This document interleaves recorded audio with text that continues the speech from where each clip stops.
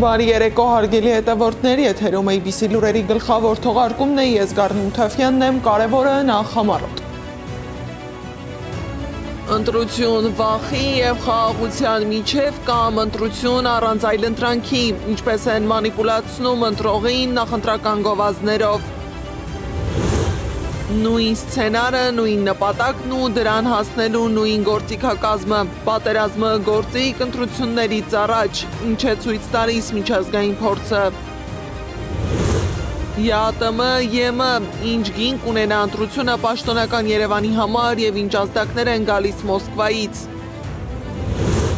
Հին վեճեր, նոր զարգացումներով, փոխադրած մեղադրանքներ ու լեզվակռիվ, Հայկ Սարգսյանի ու Անդրանիկ Քոչարյանի բախումը ազգային ժողովում։ Որ իմաստ մեկ իրավիճակը փոխվել, շատ ճիշտ եք ասում, վատացել է։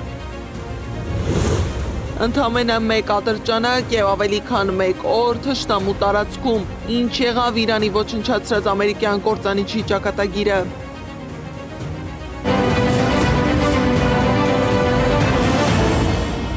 Տարածաշրջանում ու տարածաշրջանի շուրջ իրադարձությունները զարգանում են մի քանի ճակատով։ Ալիևը Վրաստանում է, նա հանդիպել է վարչապետ Իրակլի Կոբախիձեի հետ։ Համատեղ ասուլիսի ընթացքում Ադրբեջանի նախագահը հայտարարել է, որ Հարավային Կովկասում ձևավորվում է բոլորովին նոր վիճակ, և Հարավային Կովկասում գտնվող երկրները չպետք է բաց թողնեն այս հնարավորությունը։ Ցավոք այսօր աշխարհի տարբեր մասերում խաթարվում է խաղաղությունը, անվտանգությունը, հանգստությունը և կայունությունը, ինչը հանգեցնում է արյունալի բախումների, պատերազմների, տառապանքների և կորուստների։ Նմանատիպ վիճակ ժամանակին գոյություն ուներ նաև Հարավային Կովկասում, սակայն այսօր Հարավային Կովկասն արդեն վերածվում է խաղաղության, հանգստության, անվտանգության և գործակցության տարածքի։ Վրաստանի վարչապետ Իրակլի Կոբախիձեն էլ հայտարարել է, որ աջակցում են Հայաստանի և Ադրբեջանի միջև խաղաղության գործընթացին և պատրաստ են ներդրում ունենալ։ Կոբախիձեն շեշտել է, որ Ադրբեջանը միշտ աջակցել է Վրաստանի ինքնիշխանությանն ու տարածքային ամբողջականությանը։ Զուգահեռ Բաքուն գծում է սահմաններ նաև հայ-ռուսական հարաբերություններում։ Ռուսաստանի նախագահի մամուլի քարտուղար Դմիտրի Պեսկովը հայտարարել էր, որ Մոսկվան ցանկանում է, որպեսզի Արցախի հարցը քննարկվի առանց Ռուսաստանին ավելորդ հղումներ անելու։ Բաքուն դիվանագիտական ուղիներով ռուս պաշտոնյաներին կոչ է արել չգործածել Արցախի հարցը Հայաստանի հետ հարաբերություններում։ Ասում են, դա բացառապես Ադրբեջանի ներքին գործերին վերաբերող հարց է։ Մինչ Բաքուն նոր կարմիր գծեր է սահմանում, Ալիևը խոսում է տարածաշրջանում ստեղծված նոր վիճակի մասին, պաշտոնական Երևանը խաղաղության, քաղաքական ու փորձագիտական դաշտը վերլուծում է Մոսկվայից եկող ազդակները։ Արևմուտք թե Ռուսաստան, Հայաստանի առջև ծառացած ընտրությունը գնալով ավելի կոշտ ձևակերպումներ է ստանում։ Մոսկվայից հնչող ուղերձը հստակ է։ Եվրասիական տնտեսական միության անդամակցությունն անհամատեղելի է Եվրամիությանը միանալու ծրագրերի հետ։ Եվ սա արդեն պարզապես քաղաքական հայտարարություն չէ, այլ նախազգուշացում հնարավոր տնտեսական ու էներգետիկ հետևանքներով։ Ինչ ռիսկեր է պարունակում այս ընտրությունը, որքանով են իրական եվրոպական հեռանկարները և ինչ գին կարող է ունենալ կողմնորոշման փոփոխությունը Հայաստանի համար, Անահիտ Սարգսյանն է փորձել պարզել։ ԵԱՏՄ անդամակցությունը չի կարող համատեղելի լինել Եվրոպական միությանը միանալու ծրագրի հետ։ Սա է Ռուսաստանի ուղիղ վերջնական պատասխանը, որին հաջորդում են հետևանքների մասին պարզ նախազգուշացումները։ Մոսկվայում առաջին անգամ բաց տեքստով լրատվամիջոցների ներկայությամբ ուղիղ տրվեց այդ հարցը, սա ինչ որտեղ միգուցե նաև անակնկալ էր հայկական կողմի համար, եւ նրանք չէին սպասում, որ այդ ամենը բաց էսպես տեքստով կքննարկվի։ Ռուսաստանի Դաշնության փոխվարչապետ Ալեքսեյ Օվերչուկի հայտարարությունները փաստացի նախազգուշացնում են։ Եվրոպական միությանը մոտենալը կարող է հանգեցնել ոչ միայն տնտեսական հարաբերությունների վերանայման, այլ նաև ավիահաղորդակցության դադարեցման։ Միջազգայնագետ Գրիգոր Բալասանյանը բերում է հարևան Վրաստանի օրինակը, որը շուրջ 10 տարի չուներ ավիահաղորդակցություն Ռուսաստանի Դաշնության հետ հենց նույն պատճառով, ապա զգուշացնում, որ սա կարող է աղետաբեր լինել Հայաստանի Հանրապետության համար։ Քանզի կապը Ռուսաստանի հետ մենք այլ տարածքով չունենք հնարավորություն ավիահաղորդակցություն իրականացնելու, հետևաբար մեր հայրենակիցների հետ է կապը կտրվելու եւ առհասարակ դա լավ բանի մասին չի խոսում։ Քաղաքագետ Արա Պողոսյանն էլ նշում է, որ Հայաստանի մոտեցումը երրորդ պետության արտապատվիրակելու երկաթուղիների կոնցեսիան բնականաբար առաջ էր բերելու ռուսական կողմից հակազդեցության։ Հիմա ունենք այն, որ ռուսական կողմը ես կարծում եմ, որ բավականին այլևս լուրջ է դրամադրված, ինչպիսին կլինի Հայաստանի իշխանությունների վարկագիծը կանխատեսել է, ինչ որ տեղերում անկանխատեսել է, հաշվի առնելով այն հանգամանքը, որ ցանկացած արտաքին հզոր ազդեցություն իրենց մոտ առաջ է բերում զիջումներ։ Խոսելով հնարավոր տնտեսական պատժամիջոցների մասին, Գրիգոր Բալասանյանը ամենազգայուն թեման համարում է գազի գնի բարձրացումը։ Սկսած հացից վերջացրած ջերմոցում աճեցրած լոլիկով եւ արունգով բնականաբար գինը շեշտակի ավելանալու է։ Հետևաբար այս հարցերին պետք է շատ ավելի լուրջ վերաբերվել եւ շատ ավելի էմոցիաներից զուրկ վերաբերվել սրան եւ սառը կշռադատված մոտեցում ցուցաբերել, քանզի իրոք իրավիճակը բավականին լարված է։ Հայաստանի Հանրապետությունը կախվածություններ ունի էներգետիկ անվտանգության առումով, թեպետ Հայաստանի Հանրապետության իշխանությունները ցույց են տալիս, թե հնարավոր է այդ կախվածությունները բալանսավորել։ Հայաստանի Հանրապետությունը այն գնով, ինչ գնով որ ստանում է Ռուսաստանից գազը, բնական գազ, ես կարծում եմ որևէ երրորդ կողմից նման հնարավորություն չունի, ինչը Ռուսաստանի համար գործիք է իր ցանկալի նպատակին հասնելու համար։ Այն, որ Մոսկվան իրեն իրավունք է վերապահում քննարկել Հայաստանի ընտրական գործընթացները, միջազգայնագետ Գրիգոր Բալասանյանը լիովին հիմնավորված է համարում։ Եթե Եվրոպական միությունը, եթե Թուրքիան իրավունք ունի միջամտել Հայաստանի ներքին գործերին եւ կարծիք հայտնել այս կամ այն տեխնատուի օգտին, եթե Միացյալ Նահանգների փոխնախագահ Վենսը կարող է կարծիք հայտնել, ըստ էության աջակցելով գործող վարչապետին կամ նրա արած գործի շարունակությունը, ապա բնականաբար Մոսկվան ունի այդ իրավունքը։ Ալեն Սիմոնյանը չի բացառում, որ Հայաստանը կարող է դուրս գալ թե ՀԱՊԿ-ից, թե ԵԱՏՄ-ից, եթե Ռուսաստանը կիրառի տնտեսական կամ էներգետիկ ճնշումներ, այսինքն հարաբերությունները տեղափոխվում են փոխադարձ սպառնալիքների հարթություն։ Հայաստանի Հանրապետությունը իր որոշումը կայացնի եւ դուրս կգա վերջնականապես թե ՀԱՊԿ-ից, թե ԵԱՏՄ-ից։ Այդքան հեշտ է դուրս գալ թե ՀԱՊԿ-ից, թե ԵԱՏՄ-ից եւ միանալ Եվրոպական միությանը։ Զրուցակիցներս կարծում են, որ Եվրոպական միության անդամակցությունը պարզապես հեքիաթ է, որով իշխանությունը կերակրում է քաղաքացիներին։ Առնվազն մինչև 2030 թվականը լուրջ չէ այդ մասին բարձրագույն հայտարարություններ անելը, քանի որ Եվրոպան Հայաստանի հետ կապված դիրքորոշում չունի։ Ավելին, Եվրոպական միությունը պատրաստ է ընդլայնվել այն երկրների ուղղությամբ, որոնք ի վիճակի են վճարել։ Եվրամիությանը միանալու իրենց հերթին են սպասում Ալբանիան, Սերբիան, Մոլդովան, Ուկրաինան։ Անահիտ Սարգսյան, Նոնա Գևորգյան, ABC Media։ Արտաքին քաղաքական դաշտում տեղի ունեցողին զուգահեռ ուշադրության կենտրոնում է նաև գալիք խորհրդարանի ընտրությունը։ Քաղաքական դաշտը ակտիվ պատրաստվում է, ընտրում են թեկնածուներ, կազմում ցուցակներ ու ներկայացնում սեփական ծրագրերն ու խոստումները։ Բայց նախքան դրան անդրադառնալը խոսենք նախընտրական պայքարի մասին։ Իշխող ուժն ընտրել է իր խոսույթը՝ խաղաղություն կամ պատերազմ։ Սա դարձել է իշխող ուժի նախընտրական քարոզչության հիմնական գործիքը։ Հենց այս փուլում Հայաստանի ինֆորմացիոն դաշտը լցվում է էմոցիոնալ գովազդներով, որտեղ ընտրողին ներկայացվում է պարզ, բայց վտանգավոր երկընտրանք՝ կամ աջակցել իշխանությանը եւ ունենալ խաղաղություն, կամ ընտրել ընդդիմությանը եւ բախվել պատերազմի։ Մասնագետների գնահատմամբ սա ոչ թե իրական ընտրություն է, այլ հոգեբանական ազդեցության մեխանիզմ, կառուցված վախի եւ հակադրության վրա։ Ընտրություն վախի եւ խաղաղության միջև, էմոցիոնալ ճնշում ընտրողի վրա։ Սեդա Մակարյանն է ներկայացնում։ Պատերազմ կամ խաղաղություն։ Հայ հասարակությունն իսկապես երկընտրանքի առաջ է, թե հերթական տեղեկատվական պատերազմում զոհի կարգավիճակում է հայտնվել։ Հայաստանի տեղեկատվական դաշտում նախընտրական շրջանում ակտիվանում են այսպես կոչված էմոցիոնալ քարոզչական գովազդները։ Սա դրանցից մեկն է, որտեղ իշխող քաղաքական ուժը ներկայացված է որպես խաղաղություն, իսկ ընդդիմադիր 3 քաղաքական ուժերի առաջնորդները որպես պատերազմ բերողներ։ Այս ընտրությունները յուրահատուկ են լինելու այնքանով, որ գիտակցությունը ունենալու է շատ քիչ մասնակցություն այս ընտրություններին, մարդիկ ընտրելու են որպես այսպես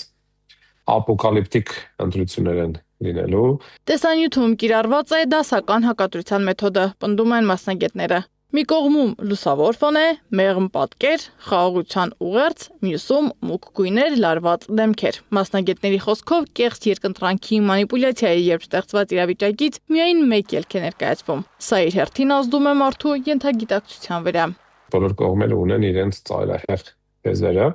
որոնք բացահայտ ազդում են միայն զգացմունքների վրա, կան դրական թեզեր էլ, որոնք ազդում են ոչ միայն բացասական, երբ որ մարդկանց առաջարկվում են ինչ-որ ոսկու սարեր, որոնք նույնպես բացարձակ զգացմունքային են, օրինակ տնտեսական ծրագրերի մի մասը, որ կարդում ես ինչ-որ տարբեր վերելակներում եւ այլն, իրենք ակնհայտ իրականության հետ ոչ մի կապ չունեն։ Այսպիսի բովանդակությունը տեղեկատվական ազդեցության գործիք է, որը կարող է նպաստել հասարակության բևեռացմանը։ Եթե այն կիրառվում է համակարգված եւ լայնածավալ, ապա արդեն դիտարկվում է նաեւ հիբրիդային ազդեցության համատեքստում։ Գերադասելի է նայել ծրագրերը, փորձել դրանք գնահատել ինքնուրույն։ Այս տարի մենք ունենք լավ տարբերակ նաեւ, եթե մարդ գլուխ չի անում օրինակ տնտեսությունից, վերցրեք կուսակցությունների ծրագրերը վերբեռնեք արհեստական բանականություն, ChatGPT-ը, Gemini-ը, նայած որն եք օգտագործում, եւ խնդրեք, որպեսզի այն վերլուծի։ Իրականում ավելի երջանիկ Հայաստանում մենք ունենայինք վերլուծաբանների, փորձագետների բանակ, որը դա կանեին, բայց ցավոք սրտի այսօրվա դրությամբ ռեալ փորձագետներին կարելի է մատով հաշվել։ Իրավապաշտպանները եւս մտահոգված են նման երևույթներով։ Նրանց խոսքով նման գովազդները կարող են պարունակել իրավական խախտման տարրեր, մասնավորապես ընտրողների վրա հոգեբանական ճնշման, մանիպուլյացիայի եւ հավասար մրցակցության սկզբունքի խախտման տեսանկյունից։ Երբ ընտրողին ներկայացվում է կեղծ ընտրություն, վախի եւ սպառնալիքի միջոցով, դա արդեն դուրս է ազնիվ քարոզչության սահմաններից եւ կարող է գնահատվել որպես ընտրական գործընթացի վրա ոչ պատշաճ ազդեցություն։ Մասնագետները խորհուրդ են տալիս նման բովանդակության դեպքում պահպանել քննադատական մտածողությունն ու փորձել տարբերակել տեղեկատվությունը մանիպուլյացիայից։ Սեդամ Մակարյան, Գեգամ Ղազարյան, ABC Media։ Պարզվում է, որ այս երկընտրանքի առջև շատ պետություններ են կանգնած եղել։ Աշխարհի տարբեր երկրներում առաջնորդները նախընտրական փուլերում հաճախ դիմել են նույն գործիքին՝ վախին, եթե չընտրեք ինձ, կլինի պատերազմ։ Այս ուղերձը տարբեր ժամանակներում հնչել է թե Միացյալ Նահանգներում, թե Ռուսաստանում, թե Թուրքիայում ու Հունգարիայում։ Վախը որպես քաղաքական տեխնոլոգիա տարիներ շարունակ աշխատել է ապահովելով իշխանության վերարտադրություն։ Բայց նույն մեխանիզմը կգործի արդյոք նաև Հայաստանում, երբ նախընտրական խոսույթում խաղաղությունն ու պատերազմը դառնում են քաղաքական գործիքներ։ Հարց է առաջանում, սա անվտանգության մտահոգություն է, թե ընտրողի վրա ազդելու փորձ։ Միջազգային փորձն ուսումնասիրել է Անիա Բաղյանը։ Պատերազմ, որ սկսել են առաջնորդները սեփական ընտրողների դեմ։ Միացյալ Նահանգներում Լինդոն Ջոնսոնը, Ռուսաստանի Դաշնությունում Բորիս Ելցինը, Թուրքիայում Ռեջեփ Էրդողանը, Հունգարիայում Վիկտոր Օրբանը։ Ինչպես են պատերազմել նրանք։ Եթե չընտրեք ինձ, կլինի պատերազմ, հոգեբանական տերորն են իրականացրել այս առաջնորդները նախընտրական շրջանում։ Միացյալ Նահանգներում 1964-ին մի փոքրիկ աղջիկ խաղում է մարգագետնում, որին հաջորդած կադրում Միացյալ Նահանգներն էր միջուկային պատերազմի վտանգի առջև կանգնած։ Միացյալ Նահանգները, եթե չլինի Լինդոն Ջոնսոնը։ Ջոնսոնն իր քարոզարշավի հիմքում դրեց վախը, համոզելով ընտրողներին, որ սխալ ընտրությունը կարող է բերել անկանխատեսելի ավերածությունների։ Վախի այս մոդելը 32 տարի անց կրկնվեց աշխարհի հյուսիսային կիսագնդում Ռուսաստանում։ Բորիս Ելցինը քաղաքացիներին ասում էր՝ «Պահեք կայունությունը, այլապես կոմունիստները կվերադառնան»։ Ամերիկացի խորհրդատուների կողմից մի կարգախոս առաջ քաշեցին՝ քվեարկիր թե չէ կպարտվես։ Տվյալ դեպքում վախեցնում են, որ սոցիալական պարտություն կլինի, նորից սովետական միությունը կվերականգնվի եւ ձեր ազատությունները մի կողմ կկորչեն։ Նույն շանտաժի լեզվով խոսեց Թուրքիայի նախագահը ընտրողների հետ։ Էրդողանն ընդդիմադիրներին ներկայացնում էր որպես ներքին թշնամի։ Թուրք ժողովուրդը չի թողնի երկիրը քաոսի մեջ։ Բայց ի տարբերություն Էրդողանի, Հունգարիայում արտաքին թշնամու միջոցով են վախեցնում ընտրողներին։ Մի քանի օրից խորհրդարանական ընտրություններ են։ Վիկտոր Օրբանի ընտրողներին այսպես ասած համոզելու տակտիկայի մասին Արման Մելիքյանն է գրել։ Նա նմանություն է տեսել նախընտրական փուլում գտնվող Հայաստանի հետ։ Հունգարական պաշտոնական քարոզչական տարբերակը կանխատեսում է, որ ընդդիմության հաղթանակի դեպքում երկիրը կպատերազմի Ուկրաինայում ընդդեմ Ռուսաստանի։ Մեր պարագայում չի ասվում, սակայն ենթադրվում է, որ վարչապետ Փաշինյանի թիմի պարտության դեպքում պատերազմը կվերսկսի Ադրբեջան, իսկ որտեղ նա, այնտեղ էլ Թուրքիան կլինի։ Ինչևէ, ուսանելի կլինի տեսնել, թե նկարագրված քարոզչական մոդելը կապահովի արդյոք իշխանությունների հաղթանակն ապրիլին Հունգարիայում եւ կամ արդյոք այնտեղ ընդդիմության հաղթանակի դեպքում երկիրը կմասնակցի պատերազմական գործողություններին։ Քաղտեխնոլոգ Հակոբ Բադալյանի խոսքով ընտրողներին պատերազմով վախեցնելու քարոզչական հնարքը շատ հին է, գործիքներն են նոր։ Ցանկացած պարագայում դա մեծ հաշվով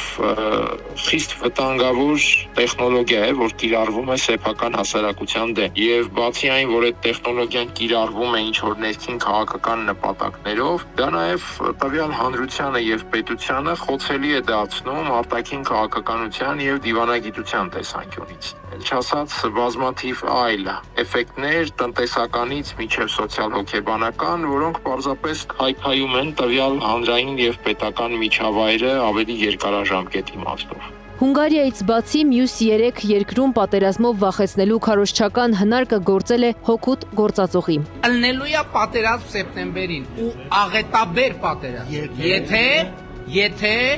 քաղաքացիական պայմանագիր կուսակցությունը սահմանադրական մեծամասնություն չեմ ասում ընտրություններում հաղթի։ Ոնց ուզում եք ինձ ասում եք 18 տվին գայր ասեիր, հիմա ասում եմ։ Ինչ արդյունք կտա այն Հայաստանում։ Քաղաքագետ Ստեփան Դանիելյանը կարծում է, գործել է 2021-ին, բայց 2026-ին հանրությունն այլևս չի հավատում։ Խաղաղության կարգախոսով եկավ իշխանության եւ նույնպես վախեցնում էր մարդկանց, արդյունքում ինչ եղավ։ Արդյունքում մենք Արցախում պատերազմ տեսանք ըստ էության եւ Արցախը էթնիկ զտման ենթարկվեց։ Հիմա երրորդ անգամ նույն անձը արդյոք կկարողանա նորից խաբել հանրությանը։ Ես կարծում եմ, որ նույն անձի համար 3 անգամ խաբել արդեն չափազանց շատ է եւ եթե հանրության մեջ մի տենց մեծ զանգված կա, որը կարող է հերթական անգամ խափնվել, դա ուրեմն մեր ժողովուրդը ապագայի հետ կապված շատ լուրջ խնդիրներ ունի։ Նացիստական Գերմանիայի քարոզչության գլխավոր պատասխանատուն վախի եւ քարոզչության մեխանիկան փորձարկած Գեբելսը հայտարարել էր. եթե հանրությանը չեք մոբիլիզացնում նպատակի շուրջ, վախեցրեք նրանց։ Կվախենա հայ հասարակությունը այն դեպքում, երբ խաղաղություն խոստանում է երկիրը 4 անգամ պատերազմի մեջ ներքաշած վարչապետը։ Անիա Բաղյան, Էդիկ Մալաքյան, Աշոտ Բարբարյան, ABC Media։ Իսկ տեղի ունեցած պատերազմի հետևանքներն իրենց մաշկի վրա զգում են բազմաթիվ մարդիկ՝ զինվորը, գերին, ծնողը, ընտանիքն ու մի ամբողջ սերունդ։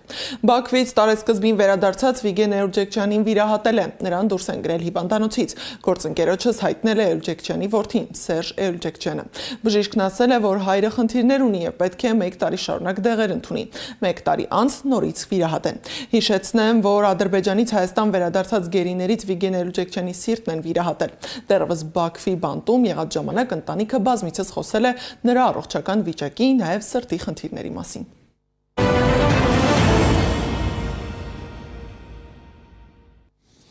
Թեժ քննարկում ու տապալված ծրագիր։ Ազգային ժողովում տեղի է ունեցել Պաշտպանության եւ անվտանգության հարցերի հանձնաժողովի հերթական նիստը։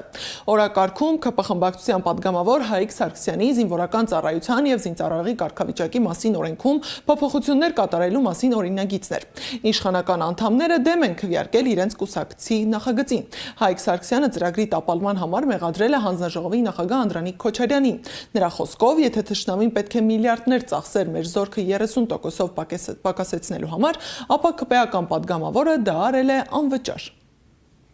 Վատացել է քրիտիկական վիճակը նախորդ անգամվանից 44%-ով ավելացել է քաղաքացիությունից հրաժարվողների թիվը, որի մասը իրավիճակը փոխվել։ Շատ ճիշտ եք ասում։ Վատացել է։ Եվ երբ կառավարության 2025 թվականի մայիսի 22-ին արտաքին գործերի նախարարը ասում էր, որ այս խնդիրը միշտ եղել է ու լինելու է, որևէ իշխանություն այս խնդիրը չի լուծել, եւ մենք պետք է գնանք այս խնդրի լուծման ճանապարհով ու առաջարկում եմ կողմ քվեարկել, որպեսզի մենք լուծենք այս խնդիրը, ընթացքում բացել կտնենք կշտկենք, բայց պետք է գնանք ու լուծենք։ Որևէ մեկը հանձնարարություն չի արել, մենք այդ հանձնարարությունը պետք է առնենք ու լուծենք։ Կառավարությունը միաձայն տվեց դրական եզրակացություն։ Դրանից հետո ազգային ժողովում նախագիծը տապալվեց Անդրանիկ Քոչարյանի ձեռնպահ ձայնով։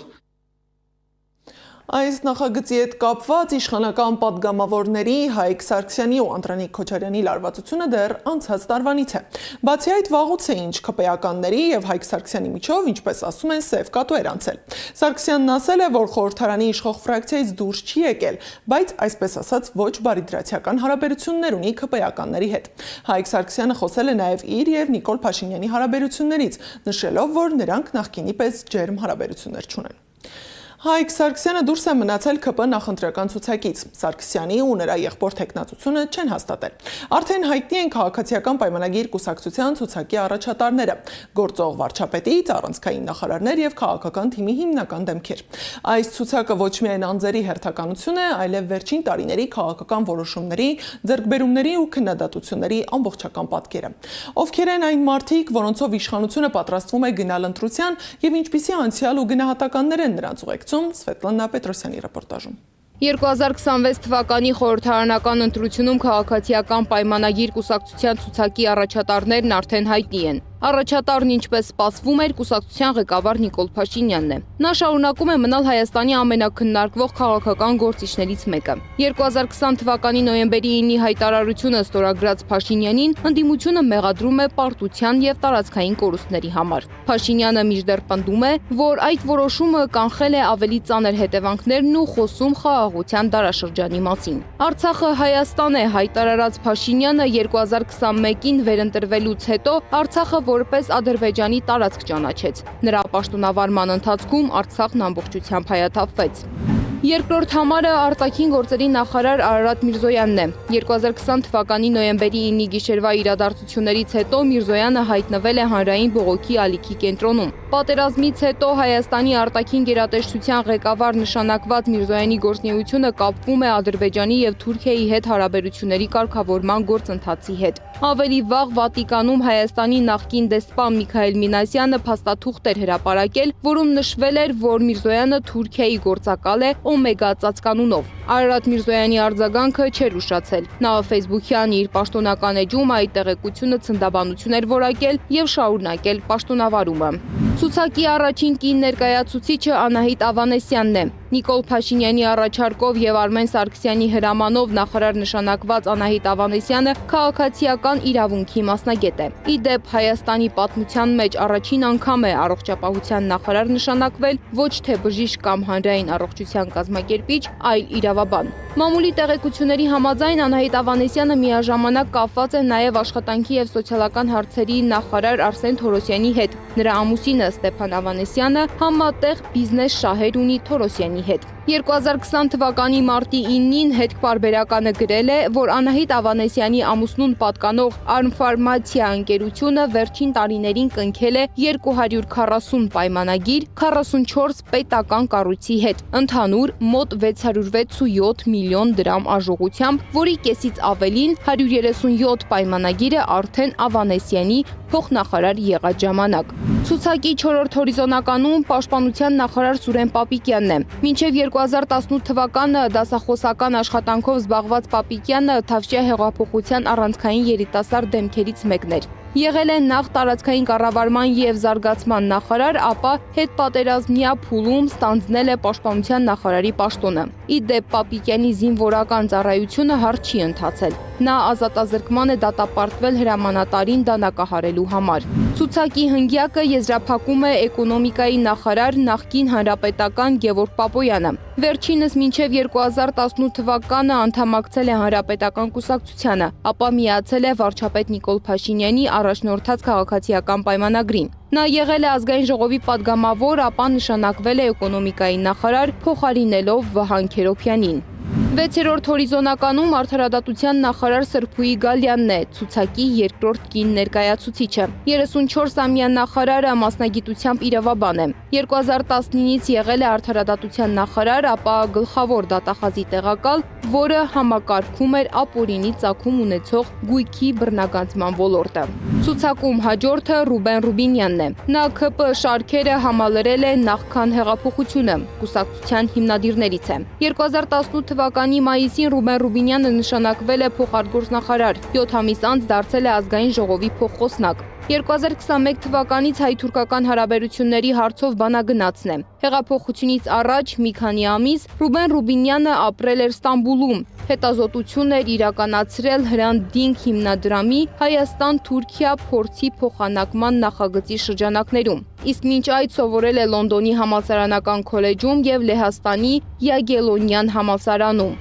ՔՊ ցուցակի 8-րդ համարը Վահագն Ալեքսանյանն է։ 31-ամյա падգամավորը մասնագիտությամբ արաբագետ է։ Ըստ մամուլի տեղեկությունների, մինչ ՔՊ-ին անդամակցելը ԲՀԿ անդամ է եղել եւ այդ տարիներին տհաճ միջադեպերի կիզակետում հայտնվել, բարեգործական նպատակներով մարզեր ուղարկված ալյուրի յուրացման հետ կապված։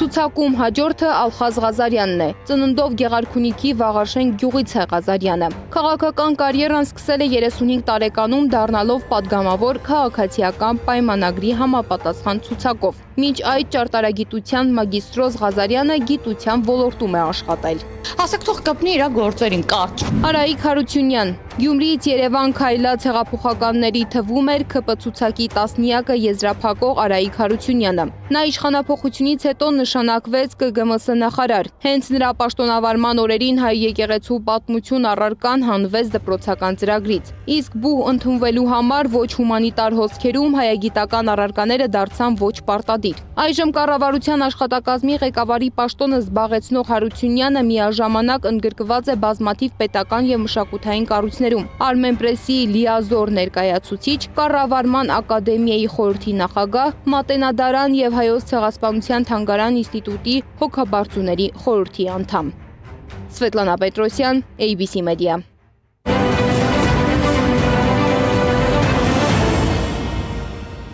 Գրել է, որ ԱՄՆ-ն, Իրանը եւ տարածաշրջանային միջնորդների խումբը քննարկում են 45-օրյա հնարավոր հրադադարի պայմանները, որը կարող է հանգեցնել հակամարտության մշտական դադարեցմանը։ Ըստ պարբերականի աղբյուրների, բանակցությունները միջնորդում են Պակիստանը, Եգիպտոսը, Թուրքիան եւ ԱՄՆ նախագահի ներկայացուցիչ Սթիվ Ուիթքոֆը։ Իրանի արտգործնախարար Աբբաս Արաղչիի միջև կարճ հաղորդագրությունների միջոցով։ Ըստ աղբյուրների, առաջիկա 48 ժամվա ընթացքում մասնակի համաձայնության հասնելու հավանականությունը փոքր է։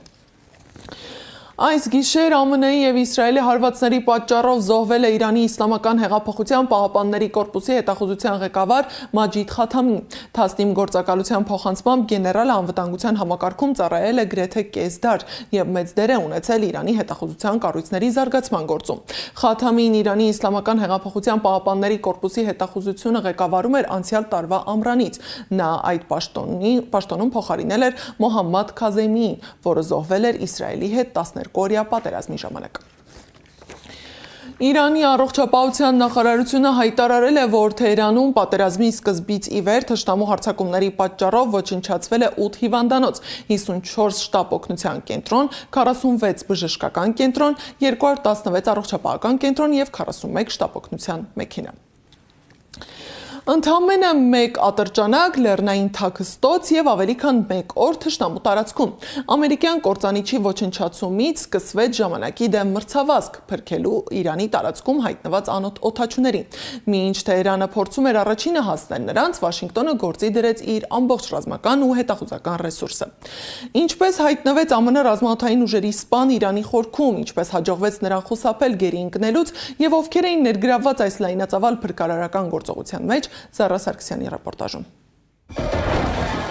Ինչպես Միացյալ Նահանգների ռազմաօդային ուժերի սպան հայտնվեց թշնամու Իրանի տարածքում։ F-15 E-Strike Eagle գործանիչն անցած ուրբաթ ապրիլի 3-ին մասնակցում էր Իրանի տարածքի ռմբակոծություններին, երբ հայտնվեց իրանական ուժերի կրակի տակ։ Անձնակազմի 2 անդամները, օդաչուն եւ օպերատորը, բարեհաջող ինքնանետվեցին, մինչ ինքնաթիռի կործանումը։ Ըստ The New York Times-ի օդաչուներին հաջողվեց պարաշուտով իջնել Իրանի հարավ-արևմուտքում գտնվող հեռավոր լեռնային շրջան, որտեղ կա Իսլամական Հանրապետության նկատմամբ ուժեղ դիմադրություն, եւ հետեւաբար կարող էին հույսը դնել տեղի բնակիչների օգնության վրա։ Չնայած ամերիկյան լրատվամիջոցները չեն բացահայտում, թե արդյոք նրանք ստացել են նման օգնություն։ Վայրեջքից հետո երկու օդաչուները կապ են հաստատել միմյանց հետ կապի փակ անվտանգ համակարգի միջոցով եւ ակտիվացրել իրենց վթարային ազդանշանները, իրենց աշխարհագրական կոորդինատները փոխանցելու համար։ Այս միջադեպը ցավալի հարված էր Միացյալ Նահանգների ռազմաօդային ուժերի հեղինակությանը։ Աշխարհի տարբեր անկյուններում ավելի քան 20 տարվա մարտական գործողությունների ընթացքում առաջին անգամ թշնամին խոցեց ամերիկյան F-15, թեև իրանական կողմը հայտնում էր, որ խոցել է F-35, սակայն Վաշինգտոնին ավելի մեծ վնաս կհասցներ օդաչուների գերեվարումը։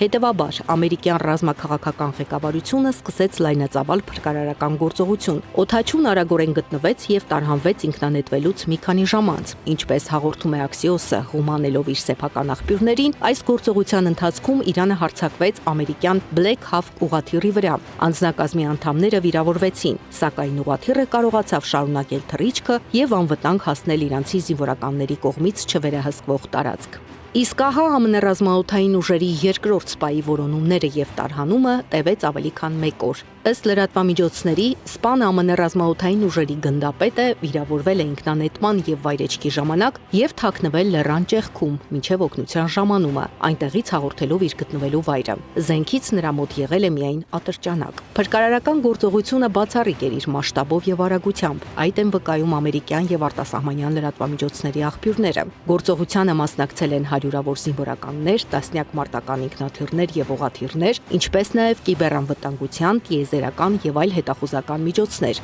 Իրանում F-15-ի օդաչուի որոնման համար Թրամփը նույնիսկ ասացրել է Պենտագոնի այլ գործունեությունն Իրանում։ Հենց նույն օրը Իրանը խոցեց նաև որոնողական գործողությանը մասնակցող A-10 Warthog գրոհային ինքնաթիռը, սակայն հաջողվեց խուսափել մեկ այլ զինվորականի գերի ընկնելու վտանգից։ Warthog-ի օդաչուն ինքնանետվեց Պարսից ծոցի օդային տարածքում եւ հաջողությամբ փրկվեց, հաղորդում է CBS News-ը։ Քանի որ Իրանի զինվորականները փորձում էին առաջ անցնել ամերիկացիներից եւ գերի վերցնել օդաչուին, Միացյալ Նահանգների ռազմաօդային ուժերի գրոհային ինքնաթիռները ստիպված էին մի քանի ռումբ նետել որոնման գոտում եւ ուղիղ կրակ բացել Իսլամական հեղափոխության պահապանների կորպուսի կողմից նշանակված ուժերի վրա։ Ի վերջո, ԱՄՆ հատուկ նշանակության ուժերի խմբին հաջողվեց առաջինը հասնել գործընկերոջը, սակայն վերջին փուլերում անսպասելի խնդիրների հայտ եկան։ Երկու տրանսպորտային ինքնաթիռներ, որոնք պետք է փրկարարներին եւ փրկված օդաչուին անվտանգ վայր հասցնեին, վնասվել են Իրանի հեռավոր բազայում։ Այդ ժամանակ գործողության հրամանատարները որոշել են արագորեն ուղարկել 3 նոր ինքնաթիռ տարհանման համար,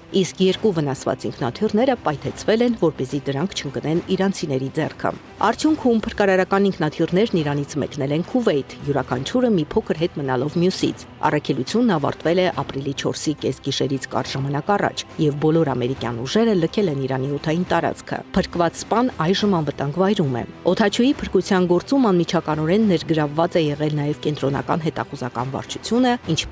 ինչպես Iran International-ն է հաղորդում, Իսրայելը իր երկու հատուկ նշանակության ստորաբաժանումներն օգտագործելով Շալդագը, Իսրայելի ռազմաօդային ուժերի հատուկ նշանակության ուժերը եւ Սայերեթ Մատկալը, Իսրայելի պաշտպանության բանակի գլխավոր շտաբի հատուկ նշանակության ուժերը։